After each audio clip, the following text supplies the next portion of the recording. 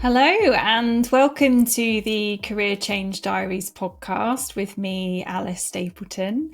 And today I'm so pleased to be joined by Michelle Florendo. Hi, Michelle. How are you? I'm doing well. Thanks for having me, Alice. Good. Oh, you're very welcome. So, Michelle fits into the category of these podcasts as a expert, I suppose. So, when we talk about career change, there's so much tied up in that. And today we're going to be exploring the challenge of decision making with Michelle. So, something a little bit different than the usual interviews with career changers. So, Michelle is a Stanford-trained decision engineer, and I love that title. I think that's a great thing to be called. And she's also an executive coach who's on a mission to teach people how to make decisions with less stress and more clarity. She's spoken to audiences around the world about how to use principles from decision science to grow their impact. Over the past decade, she's also coached hundreds of leaders across tech, healthcare, and financial services in organizations ranging from pre-IPO startups to Fortune 500 companies. And she also hosts the podcast Ask a Decision Engineer. So do check out that. And Michelle's known for blending rigorous science-based approaches with empathetic, human-centered understanding that recognizes that big decisions deserve data and emotion. And her work helps people transform overwhelming choices into confident, values-aligned decisions that make sense and feel right. So there's definitely a tie over in a lot of the work that me and you do by the sounds of it. So Yeah. first of all, bring some of that to life for us. What is it that you do? What do your days and weeks look like in your job? Yeah. So nowadays, I work primarily as an executive coach and a facilitator. I've been coaching for past 12, 13 years full time. I did start out as a career coach. And so I think a lot of the stories that I'll draw on in today's interview will come from that time. But even as I've been an executive coach, inevitably my clients may bring questions about, okay, what should they be doing next, or how do they think about the next step to our sessions. When I'm not coaching, I am often teaching about decision making, and so bringing my background in decision engineering to people who struggle with decisions, whether it's in their work or in their personal life, like in career decisions that sit almost at the intersection of the two. Yeah, for sure. And it is so hard. I mean, I've always struggled with decisions. I was always the kid that couldn't decide what to have on the menu. But Mm. then some decisions come so easily. It's really Ah, strange how, yeah, just some you just can't make a decision. And then it's sort of like your gut takes over on some yeah. of them. And you Can I just ask a know what it question is that about you, that? yeah, go for it. I'm curious for you, what types of decisions do you find easier to reach clarity on versus the ones that are harder? It's almost the smaller ones that I find harder, come to think of it. When it's come to, like, when I was thinking about what I wanted to do instead of my previous career, so I was a probation officer.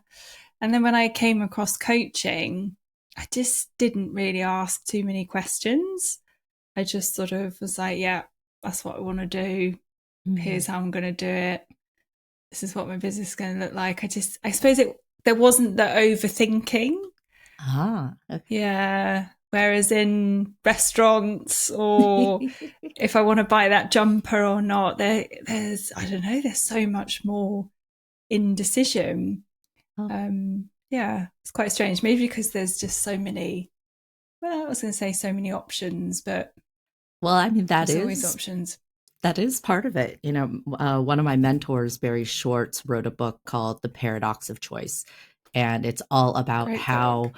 we think that having more options is a good thing. But some of his research and some of the research that he's reviewed shows that more options can actually lead to paralysis. And I think part of that is the fact that, if you think about how decision making, or the number of decisions we face in our lives and the number of options we have and the amount of information that seems to be at our fingertips, it's exploded over the past 50 years. And yet, for something, decision making, that every single human has to do every day, most people have not been taught a way to move through decisions. And so I think that gap between just how much is available or how much there is to consider when it comes to decisions and our education around decision making has led to, I think, this point where I'm encountering a lot of people who say, oh gosh, decisions are so hard. Yeah. But it's not their fault. They haven't been taught. No. Well, and it's really interesting to hear that perhaps you can be taught how to make an effective decision. I mean, I suppose like the coaching program that I offer for career changers, from what I understand, it comes from how to make a good decision and the science behind that and that sort of thing. But how, if you were to give somebody a very broad framework on how you make a decision, what would you say are some of those pivotal stages to work through? Yeah, I think I wouldn't name them as stages, but what I would offer is actually one of my favorite frameworks, and it comes from Professor Ron Howard, who was one of the pioneers of decision analysis at Stanford University, where I had done my schooling. And I like sharing it because it's part of his legacy. He passed away about a year ago, and I want his teachings to live on. So he would talk about how every single decision has three components. And this is every decision. It doesn't matter if it's big or small, personal, professional, individual, or group. Every single decision you face will have these three components. And he would talk about them as legs of a stool. And so if you didn't take time to consider one of these legs of the stool, the decision might fall over. Same thing if one of the legs wasn't present, it probably isn't a decision. So here's what the three components are of every decision. One of them is objectives. So this is all about what matters to you in the outcome. Like, what are the values or preferences that you're using to drive your decision? And my understanding in the work that you do with your clients is that part of the work that you do is helping clients really articulate and define what are those objectives. Because if you think about it, objectives are like our compass. If we haven't taken the time to articulate what matters in the outcome, it's really hard to know what options are good or bad, or it's hard to even know what direction to go. Right? Yeah, absolutely. Yeah. So I suppose the explore phase of the program that I do is understanding what their criteria is almost, because as you say, I think there's a temptation to go straight to the ideas, straight to the options, but they don't know what their reference point is. They don't know what their objectives are. So yeah, that's that sort of bit of the stool by the sounds of it. Yeah. And it's so important because I think, especially in this day and age, there's a lot of noise. I find that a lot of people are bombarded with messages about what they should want or what society says they should want. But really, like, the work that you do in helping clients take the time to understand themselves is so valuable because it makes the rest of the decision easier to move through. Yeah, that's so true, because people definitely struggle with the values side of it, because they're really torn between, as you say, what maybe they've been brought up to value, what society's telling them to value, what their friends value. And it's a bit of a revelation where they actually sit down and it's like peeling back the layers of the onion to get to what's really core for them, for each individual. Yeah, definitely. And sometimes that's just not what they expected. Mm-hmm. Or maybe they knew it was in there somewhere, but as you say, it's sort of right Right. in the middle of the onion, and it takes a while to take all those layers away of expectations and shoulds and all that sort of thing. Okay, Yeah. so So that's that's the first one. leg. Yeah, yeah. Yeah. Another leg is one that you actually already mentioned. It's the one that we often go to first, which is options. What are the different paths of action we can choose among? And I think we go there as a default initially because that's how we know we have a decision to make, right? Oftentimes, oh, if there's more than one path that I can go down, I must have a decision, right? And I think one of the biggest mistakes people make when it comes to options, however, is just taking the initial or most obvious options as the only options. And so one of the things that I see people do a lot of is exploring just binary options. Do I do this? Do I not do this? To be, not to be, stay, go, right? And Okay, yeah. that limits our thinking. And so, what's powerful about also defining your objectives first is that once you've defined them, you can start thinking creatively about, well, how else might I achieve these things that are important to me? How might I think beyond these obvious initial options to think of even maybe a third or a fourth or hybrid options, right? Because it's in Mm. really creatively exploring our options that we might happen upon something that we didn't think about initially. Well, yeah, because I find a lot of clients when they, as you say, when they start off the process, they can be a bit blinkered. They can only really see the options quite close to what they currently do.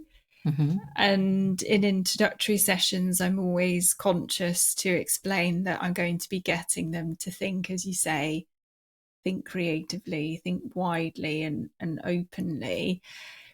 And that definitely works for some people and not others. Like sometimes I can see Mm. for some people that becomes quite a big ask.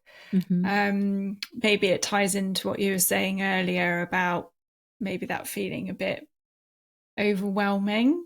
What are your thoughts on why sometimes doing that can be quite uncomfortable for people?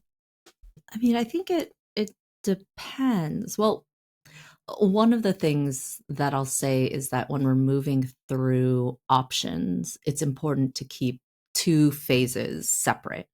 And so when you're in the options leg of the stool, there's a phase where you're thinking divergently. And so this is language that comes from design thinking because I've done a lot of collaboration with Stanford's Life Design Lab and they're designing your life curriculum. And so like that, like I said, the importance of thinking creatively and generatively about options. That's all about divergent thinking, thinking outside of the box. And I'll name that sometimes that can be uncomfortable for people. Like Mm, I coach a number of people who are used to narrowing options, evaluating, is this good or is this bad versus hanging out in the creative brainstorming space without evaluating, right? mm, Eventually we do have to get to that convergent thinking phase where we are evaluating options. But the key is to keep those phases separate. Because the thing is, if we try to generate new ideas, and sometimes I'll see this in conversation with clients when we're generating new options. Oh, what about this? Or even I'll see it when I'm facilitating groups and group decision making. Someone will come up with an idea. What about this particular option? And then someone else might say, no, we can't do that because, and then they shoot the idea down. If we do that too much, you can imagine, I don't know if you have this arcade game where you are called whack-a-mole, where oh something yeah, pops up yeah. and then you hit it down, pop it and hit it down. And if you get stuck in trying to do both of those phases at the same time, you can feel stuck because it can feel like nothing works. And so I think part of the key is to encourage people to spend at least some dedicated time in that divergent thinking, even if it may be uncomfortable because it's something that they may not be used to doing. And I think another tip that I would add, because I come from a risk management space, a lot of I come from an engineering background. A lot of people are used to evaluating, is this feasible or not, right? And so that whole, well, I can't do that because may be a very common talk track. You can switch the can't because thinking to can if. So let's say there's an idea and the initial reaction is, oh, I could never do that because. Well, what are the conditions that would make that possible? Oh, I can do this if XYZ. And I think sometimes that Oh, I helps like people that one. hang out in the exploratory space a little bit more. Yeah. Well, definitely, because it flips it completely into a much more resourceful can do space as Mm-hmm. opposed to, as you say, I can't do. Okay. Oh, I'm definitely going to use that one with clients. That's a great one. Yeah, because I think what you're saying is really nice there. It's almost giving yourself permission to be in that space Mm-hmm. because you know that eventually you're going to start narrowing it down. Right. That perhaps the knowing is helpful. You're not just going to stay in a sort of Exactly. everlasting Yeah. position of You can generating every option you'd ever thought of. you can time box it. You can tell. Sometimes I've asked clients, I'm going to put a timer. Let's just spend the next 3 minutes in brainstorm land. Yeah, And then we can yeah, get to evaluating them. But let's just stay yeah. here for a little bit. And I suppose the can if reframe gets people into a position where what they're thinking a bit more about the how and just turning that more into a possibility as opposed to Right. a Because sometimes we restrictive space. assume that certain conditions or certain circumstances or certain boundaries we have are static. And I think that switch from can't because to can if really makes people, like, for example, um, I had an executive coaching client a couple of years ago who he was a chief financial officer at a mid-sized company, and he was talking about how at some point in his career he wants to be able to work in a more entrepreneurial space. Oh, but that would never happen. And I had to pause. I said, oh, well, tell me more about what makes you say that would never happen. It sounds like a version of can't because, right? Tell me more. Mm, What would need to be true for you to be able to explore a more entrepreneurial company? And he said, well, I mean, I would need to have this much in the bank. I would need to ensure that my wife has more stable employment. Da, da, da. And I was like, oh, okay. So he played in the possibility for a little bit, and he challenged, I think, certain assumptions of uh, what might be possible, what boundaries would be. And it's interesting because even that shift stayed in the back of his mind throughout our sessions. And as he was exploring, okay, what would it look like to talk to headhunters who recruit for more entrepreneurial companies? Or what would it look like to talk to some venture capital firms who might be sourcing for executives for their portfolio companies? In the back of his mind, he was also thinking, okay, if I want to go this route, here are some of the goals I need to meet on the financial or kind of like partnership end. yeah. But yeah, it just puts it into a much more practical space. It sounds like you're getting people out their heads, stuck in the assumptions zone. I Mm-hmm. mean, I think that's a great word to take away. We make so many assumptions around what's possible and what isn't, Right. into a more practical, well, how would you do this? How would What would we? the plan? Yeah, what would the plan look like? It's also made me think that sometimes I hear people say, I suppose it's, yeah, I couldn't do that because, but the because is because uh, they're labeling themselves in Mm, some way. They're saying, I'm not that sort of person. right. And that's So good to what would your, name. I mean, I mm, think a lot of the work that I do around decision making is making the implicit explicit.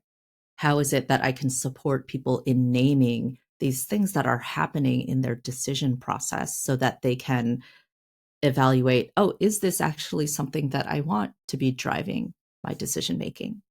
It's interesting that you talk about the identities and the labels that we put on ourselves and how that drives how we think about our future. So, for example, I have a background in engineering.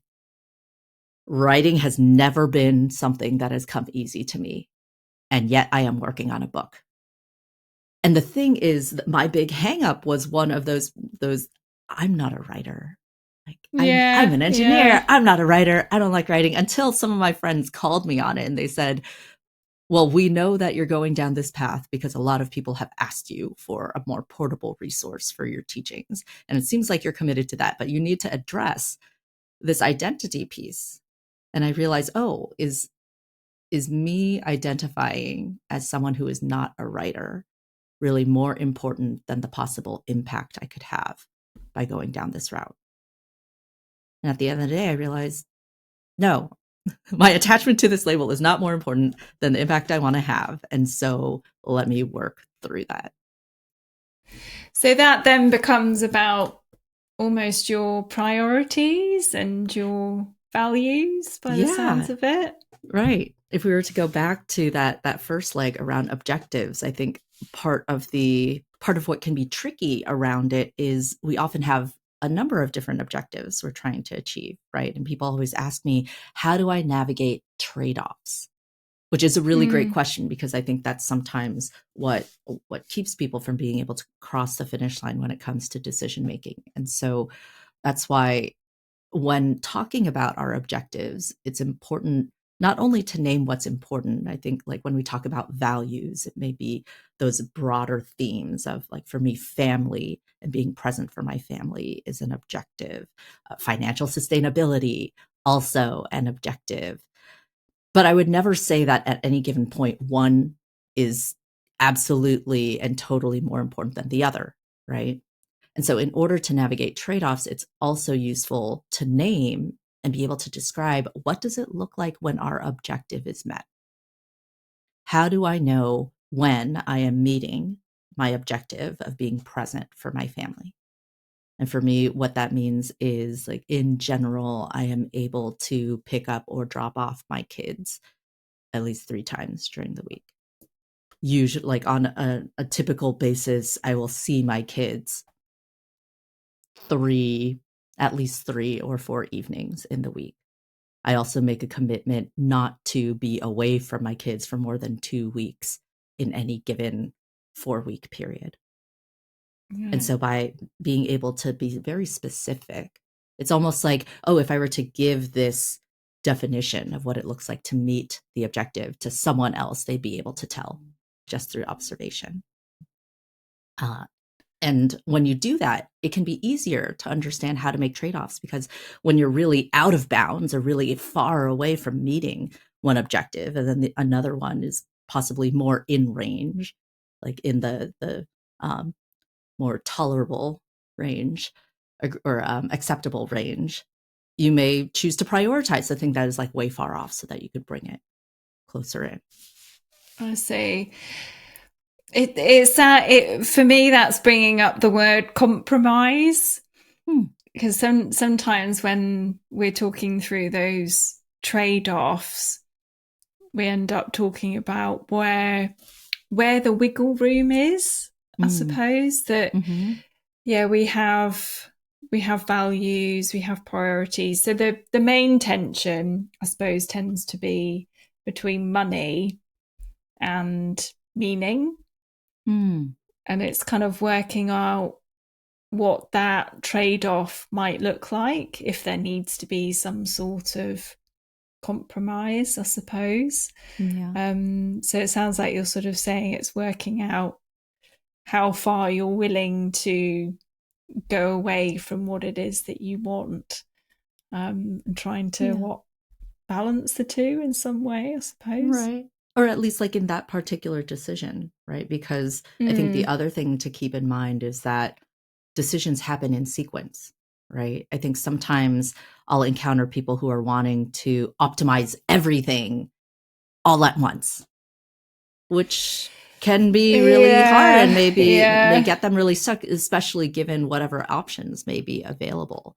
And I think sometimes we forget that, oh, maybe we can optimize one particular thing, or choose the best option among, as best as we can, among the ones that we have now, and then slowly get closer and closer to having all of the pieces in place.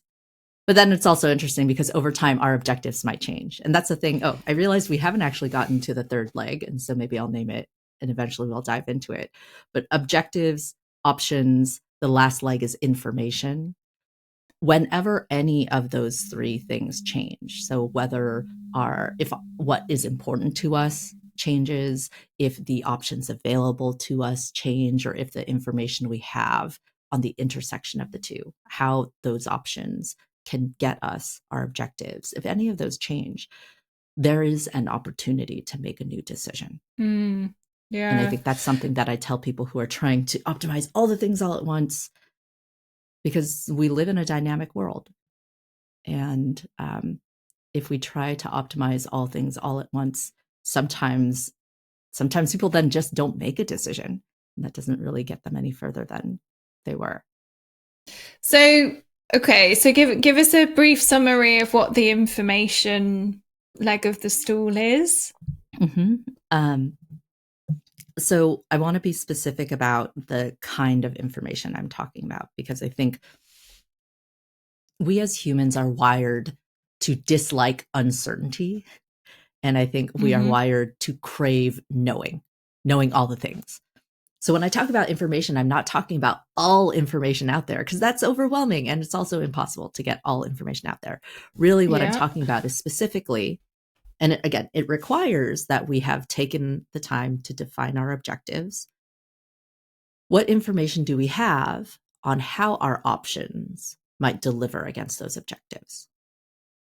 So that's one part of the information component. The other part of the information component, contrary to what information we do have, is also all about what do we do about the information we don't have. Because we rarely live in a world of perfect information, or perfect or complete information.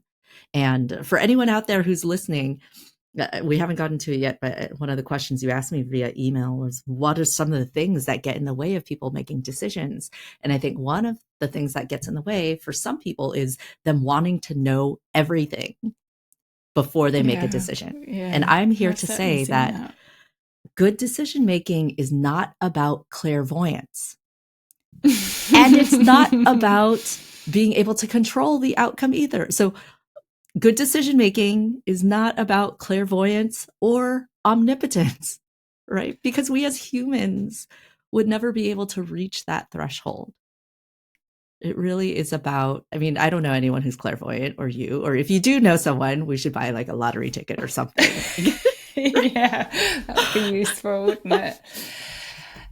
So what would you say then to somebody who's desperately wanting that? Because I've certainly had clients where, so I have a phase in my program where I guess they're information gathering, they're testing their ideas out to see how the idea does match up with their objectives, I suppose.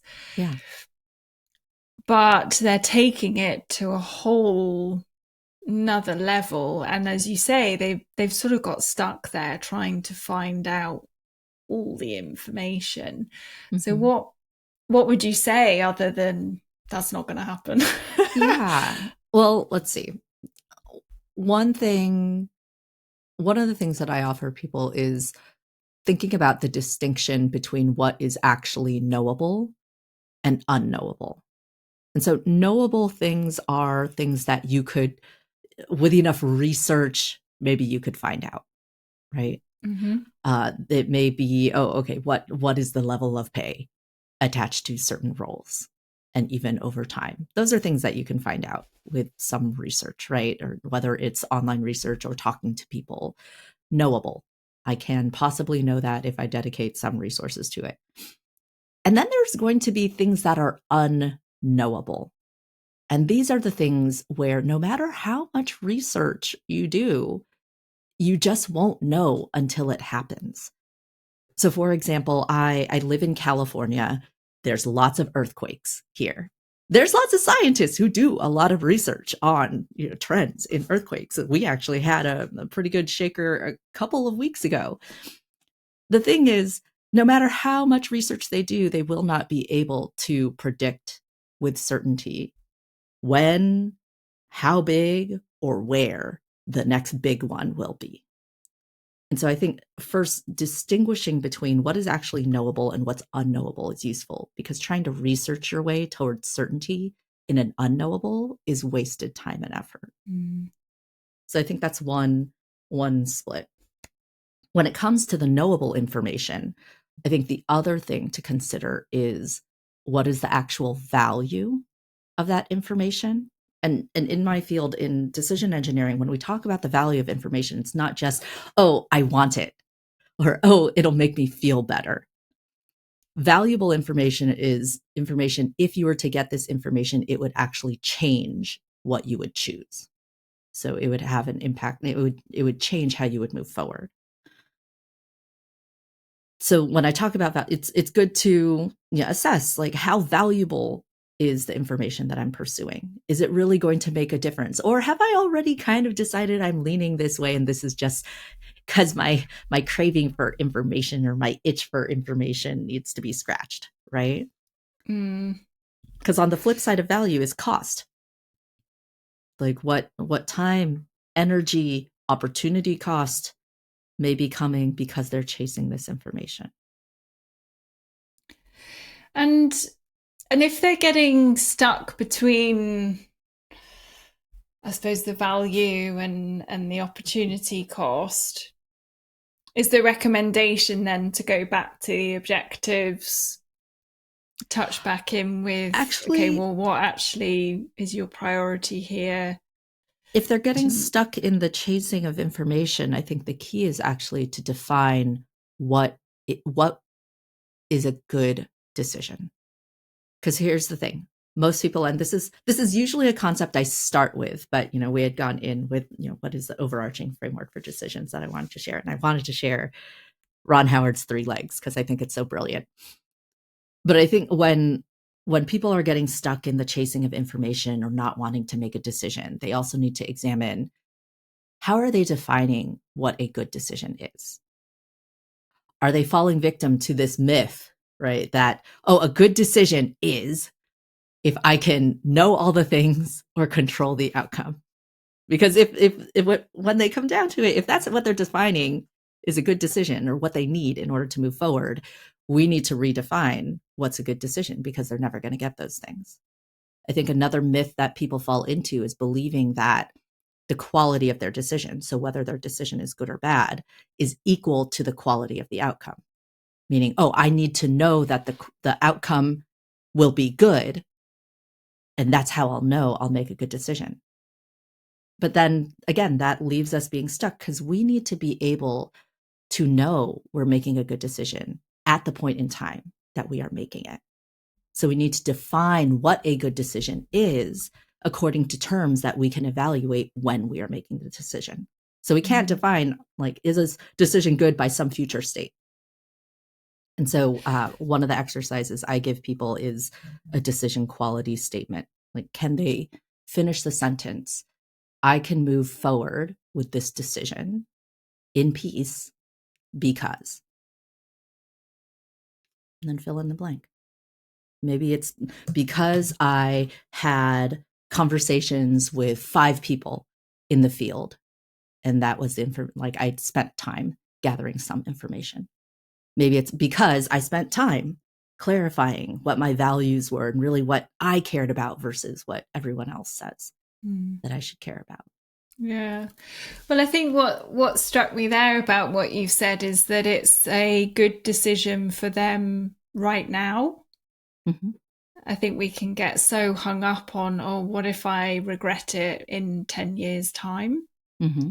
And as you say, you can't know that, because probably one of those 3 legs changed. The information they had changed, or the options available changed, or maybe even what was important to them changed. And I think the key is having compassion for our past self, for making the best decision they could given, those three legs that they had. Yeah, especially because I work with people who might be, late 20s, early 30s sometimes, and they're sort of questioning how did I end up here? Their reference point for making a decision when they left uni, I suppose it just no longer applies for a variety of different reasons. But then, yeah, as you say, I think it's having compassion for the decision that you made at the time, based on what you valued at the time, what your objectives were at the time, but then accepting that maybe things are different now. So another choice, another decision needs to be made, and that it's one that's right for you right now. What are your thoughts on what feels like a good decision? Because with clients, we talk a little bit about the head, the heart, and the gut. Yes. And sometimes the head says one thing, and then the heart just desperately wants maybe something a bit different. What are your thoughts on that? I mean, again, I'm in favor of making all those implicit inputs explicit. And I fully believe that the things that we feel, whether it's our emotions or our gut instinct, are pointing to important data. And so oftentimes our emotions will point to needs. So whether it's, my heart is really drawn to this, there's a desire for something there.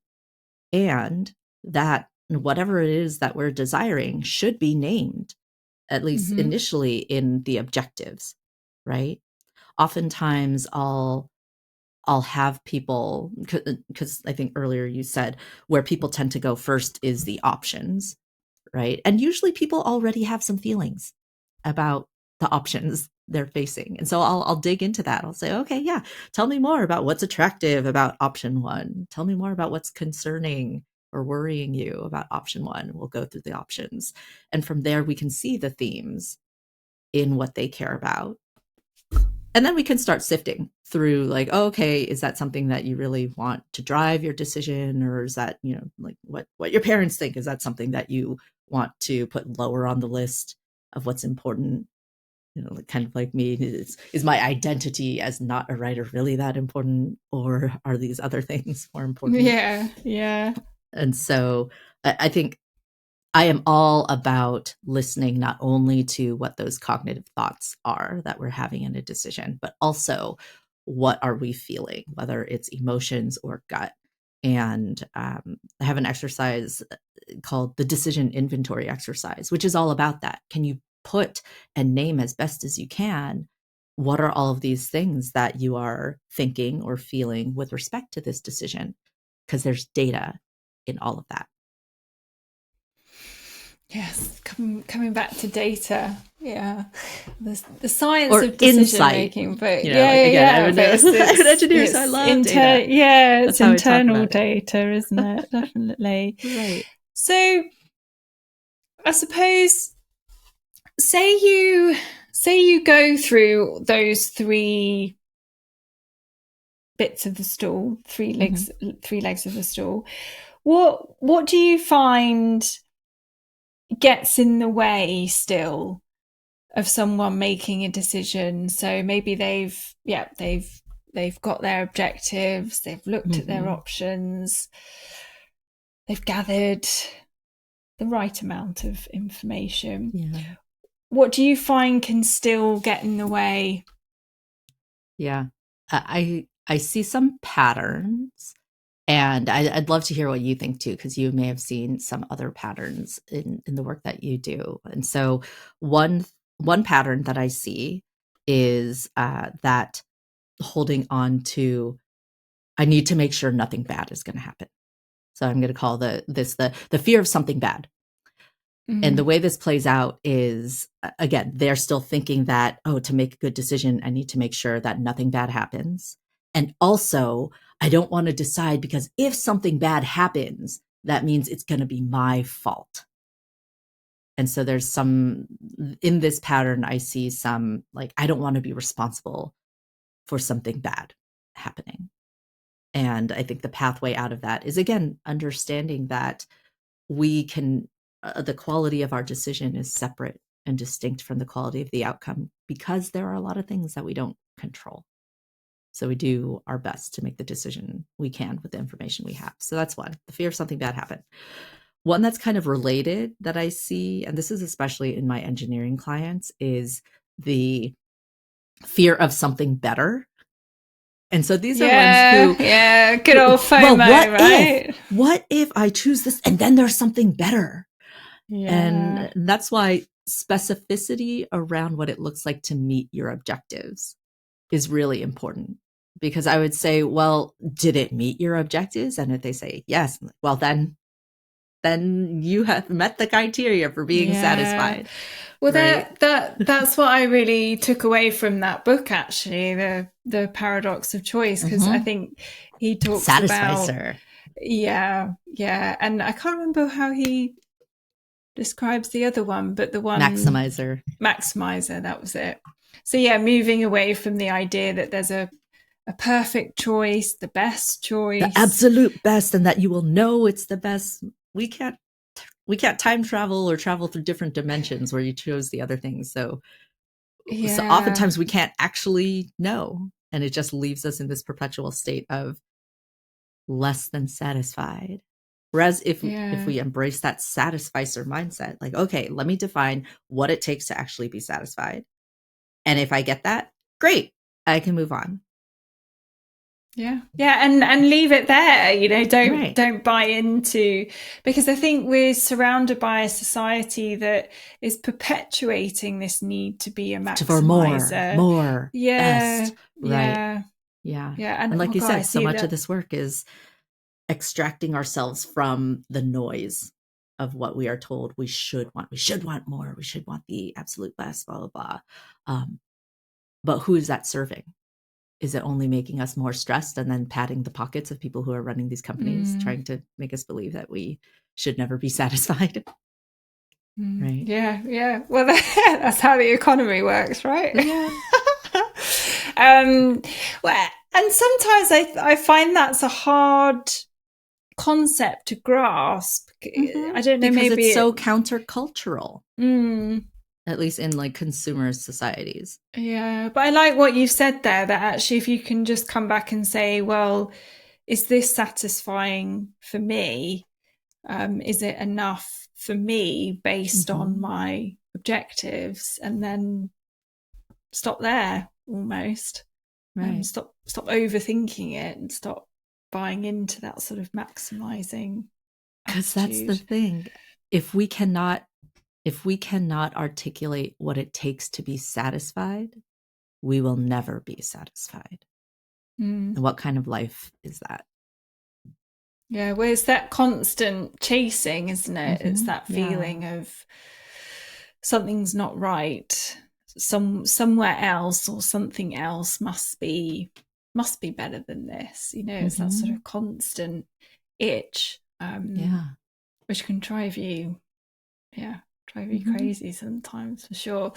Okay. Any other sort of common barriers? Yes.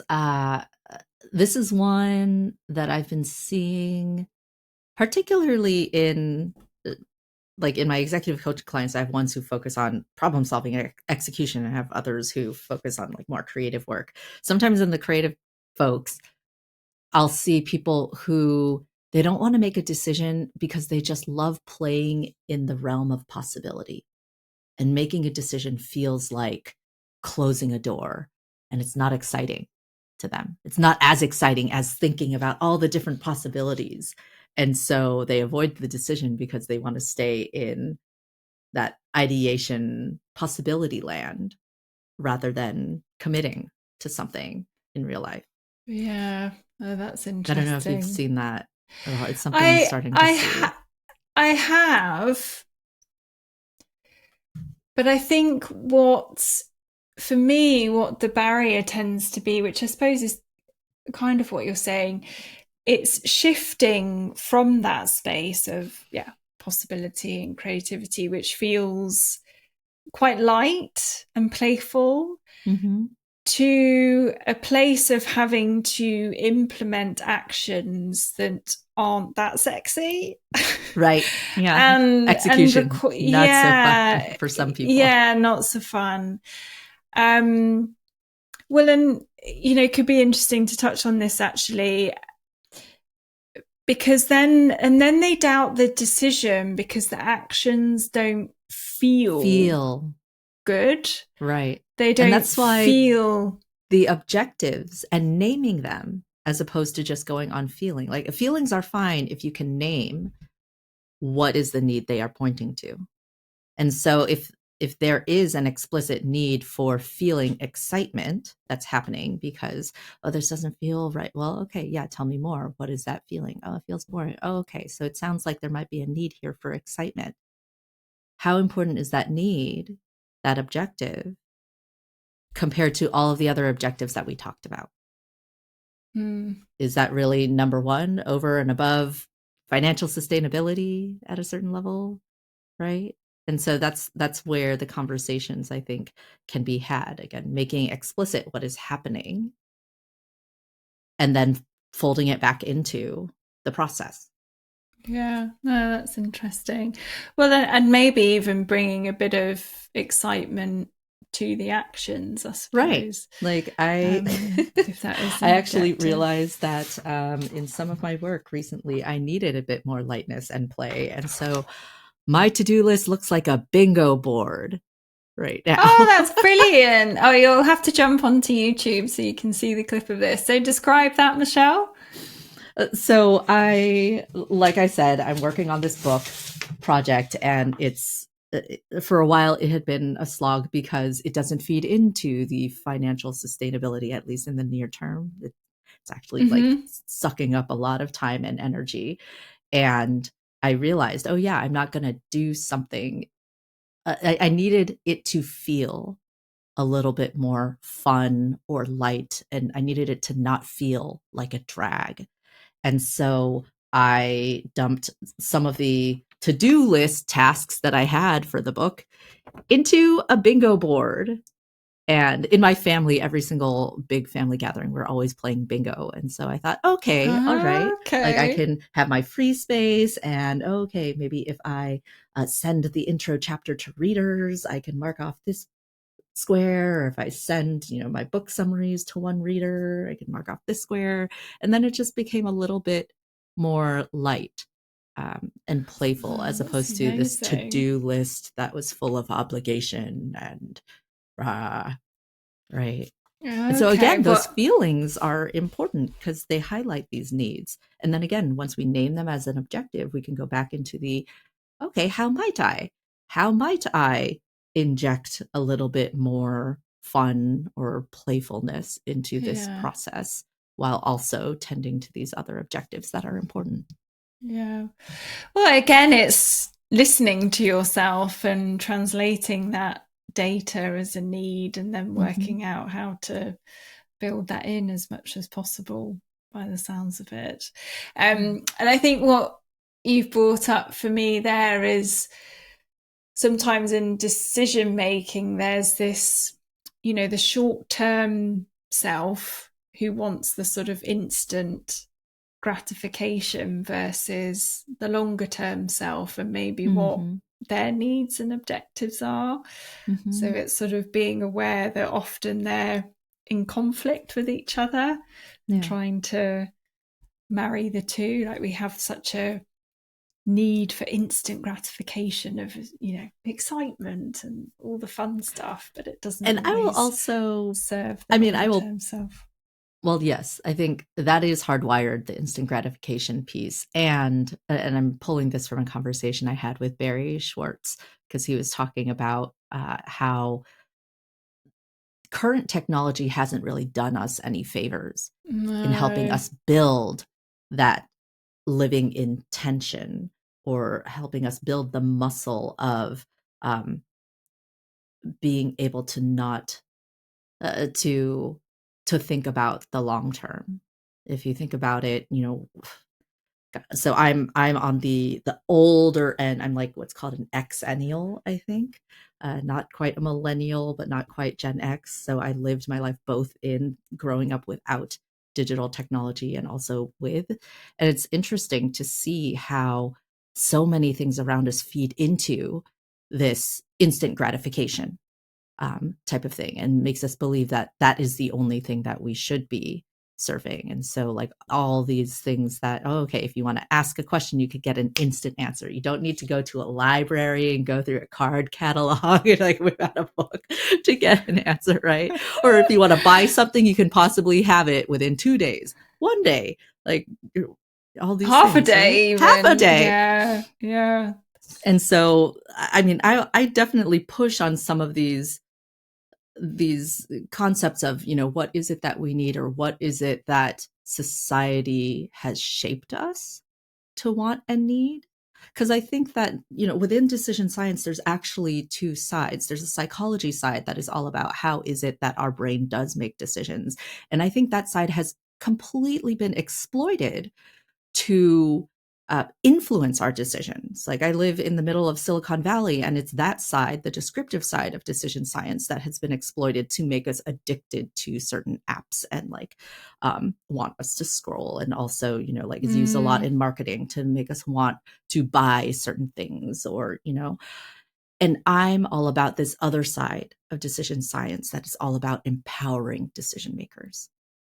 And I think, being able to articulate what is it that we actually want, being able to decode, our feelings, where are they coming from, what is the need that it's pointing to, and where does that fall in our stack of what's important. Then also being able to sit with the tension between like short-term self and instant gratification and long-term self. These are all muscles that we need to build in order to develop lives that are satisfying and meaningful for us, rather than at the whim of big big Yeah. entities that would rather, influence our decisions to meet their ends. Yeah. Definitely. I think that's a very good summary for sure. Well, and I think, as you say, it's developing those muscles then to to execute the decision. And Mm-hmm. that takes real discipline. I think And sometimes a lot. practice. Yeah. Yeah. Yeah. So some of the clients that I work with, they really struggle with the implementation and the sort of consistency and the discipline and the routine of what it takes to then implement the decision. So I like Mm-hmm. what you're saying earlier about, bingo card, bringing in, a bit more fun Yeah. and just making it a bit easier, I Mm-hmm. suppose, along the Yeah. way. Okay. Well, is there anything that you think we haven't covered that's important to share about decision making? I mean, I think this place where we ended on how decision making is a skill. It's something that can be learned, and it's something that can be practiced. And I think one of the things that's beautiful about decision making as a skill is that we can be practicing this skill every day. We always have opportunities that we can make decisions and practice this muscle in little ways. I'm not saying that you have to use all three of the legs in every single decision. I actually advocate that you save that for the big decisions. But I think the more that we can be intentional about how we want to use and build this decision making skill, the more able we are to carve out lives that are the way we want them to be. Yeah, yeah. Yeah. And I think I'd add that once you've made a decision using the three legs of the stool, is to then trust yourself. Mm-hmm. There's so much self-doubt that then Yes. comes in. There's only so much work you can do once you've done Mm-hmm. it, to then almost be like, okay, I've done Yeah. everything that I could. This is the decision right Yes. now. And And trust your future almost, self yeah, to navigate the future decisions. yeah, Yeah. yeah, definitely. Good. Mm-hmm. Okay. Well, thank you for Michelle. It's been so Thank interesting, and I've learned so much, and it's such a fascinating topic. You know, something that we think we should be able to do quite easily, and as you say, it's a skill, and there's lots to it, and mm-hmm. there's definitely lots of parts of it that we really struggle with. So I hope that's been helpful for anyone listening. If people want to find out a bit more about you, where can they do that? Yeah. If they are into the podcast world, they can check out my podcast, Ask a Decision Engineer, or they can find me on the web at poweredbydecisions.com. Okay, perfect. Well, then at the same time, do follow me on Instagram, Alice Stapleton, and yeah, check out my website as well, alicestapleton.com. Thank you again, Michelle. So nice to speak to you, and hopefully speak to you soon. Yeah, thanks for having me.